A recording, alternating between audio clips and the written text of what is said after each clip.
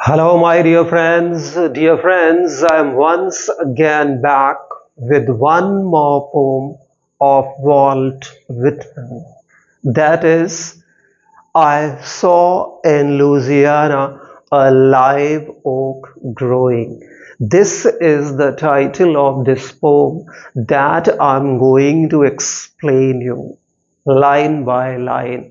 This poem, like I hear it was charged against me, was the part of calamus cluster or calamus section of leaves of grass.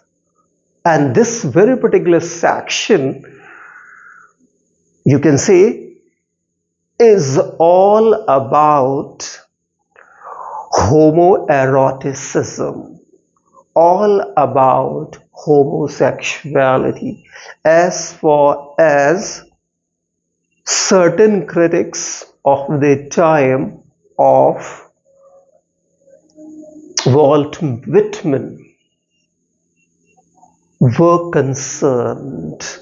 This poem is also about homoeroticism.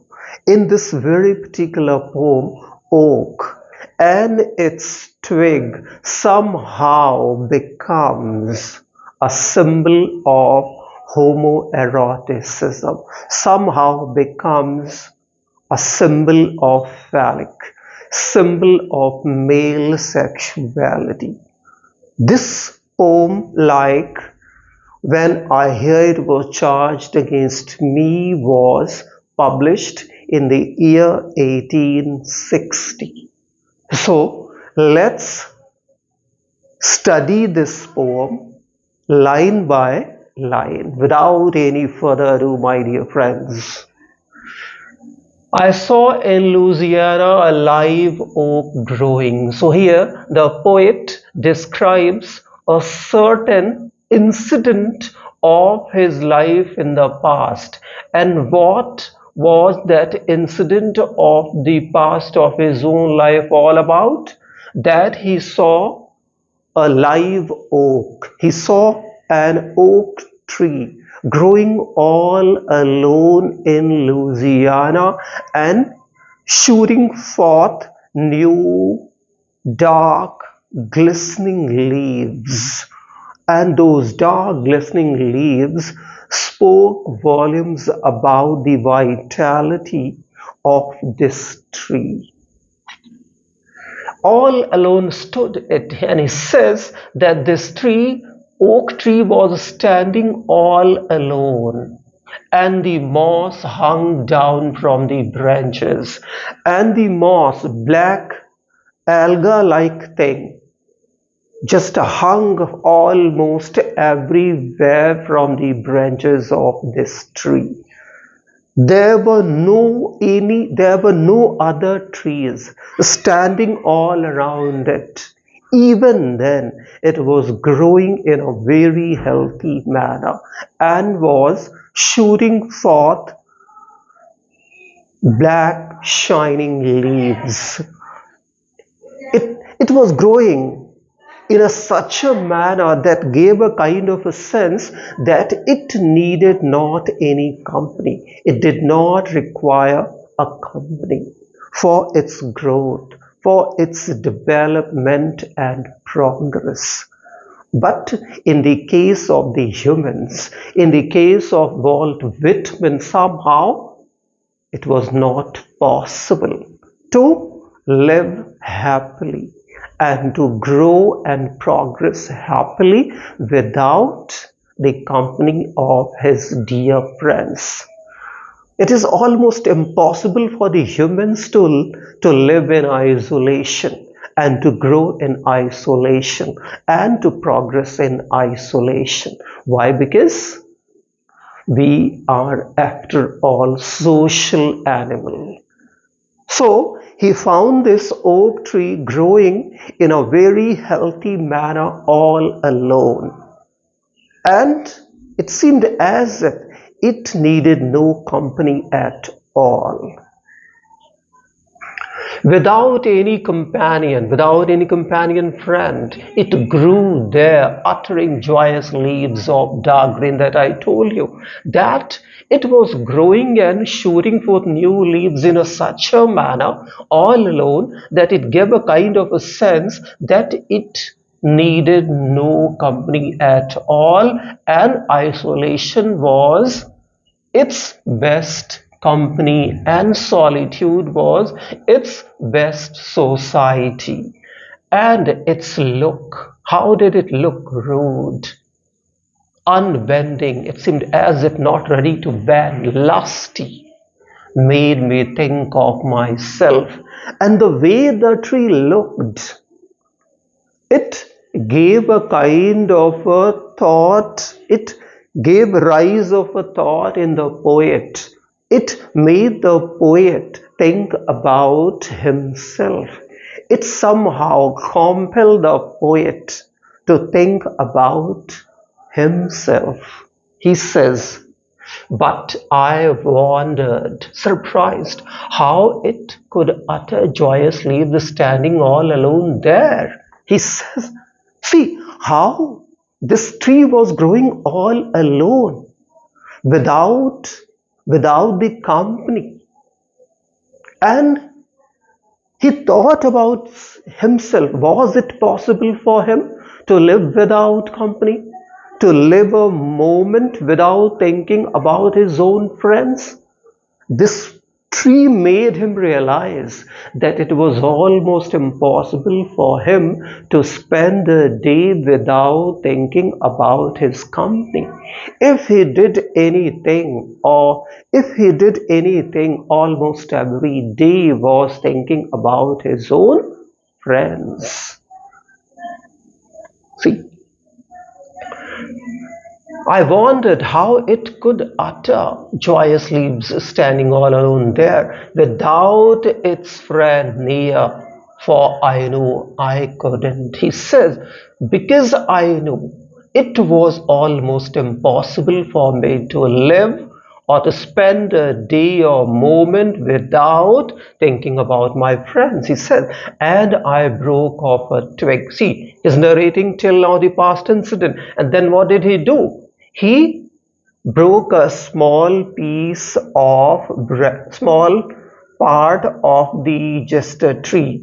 Twig means a small piece, a small branch. So he broke off a small branch of this oak tree that had certain number of leaves stuck to it, and just twined around it a little moss, and little moss was all about this twig that he broke off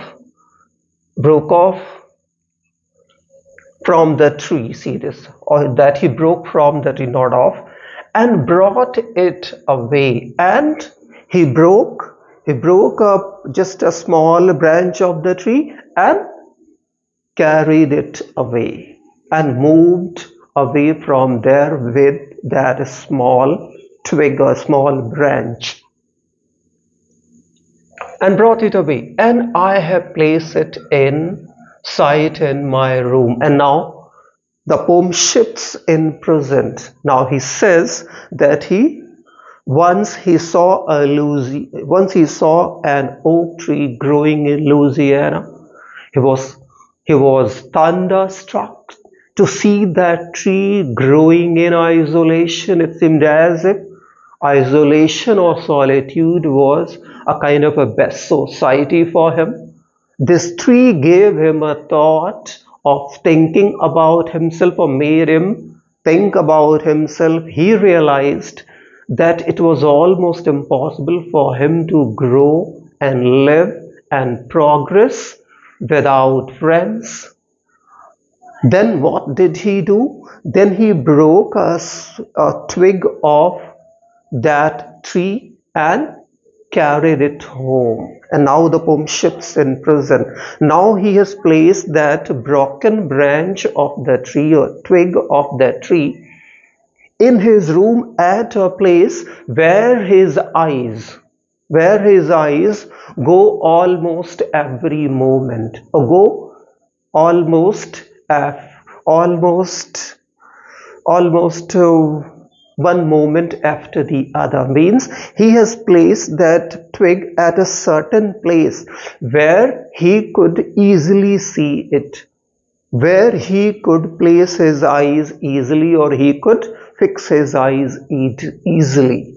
Why? Because this branch of the tree and the tree somehow has become the symbol of homoeroticism, somehow reminds him about that love he had, about that feeling he had for his fellow friends.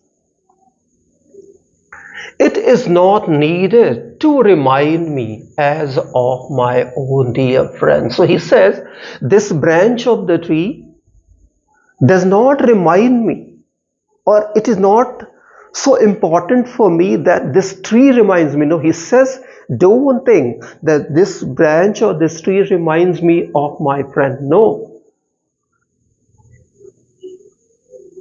See, it is not needed to remind me as of my own dear friends. Bracket, for I believe lately I think of little else than of them. He says, this tree has now made me realize, now I have realized that if I think about anything almost every day, that is of my friends. And one thing for sure I would like to tell you, my dear readers, that this tree does not make me, or this tree does not remind me of my friends. Neither this tree does remind me of my friend, nor does the broken branch of this tree remind me of my friends. I all the time think about them, I have realized, and somehow, if I have got this kind of a realization, no doubt at all, credit somehow goes to this tree and to this twig. Yet it remains to me a curious token, souvenir or sign. It makes me think of manly love. So he says that though this tree does not play a very, very important role in reminding me of my friends, yet I would accept one thing for sure, that somehow this twig has become a kind of a souvenir that somehow reminds me of my manly love, my love for my fellow friends. For all that, and though the live oak glistens there in Louisiana, solitary in a wide flat space. So he says that no doubt at all, that live oak that grown there, standing there in Louisiana, in absolute solitude, somehow has become a symbol of what? Homoeroticism for me. Uttering joyous leaves all its life without a friend, a lover near, I know very well I could not. So he says that live oak growing in Louisiana is growing. That live oak standing and growing there in Louisiana without friends, without company, shooting forth new healthy green leaves. And this tree has made me realize, or this tree has reminded me of my love and emotion and feelings for my friends. But one thing I am 100% sure, that I cannot spend a day without thinking of my friends. almost impossible for me to imagine my existence without my friends. So my dear friends, that's it in this video. I hope this explanation of mine will help you understand this poem.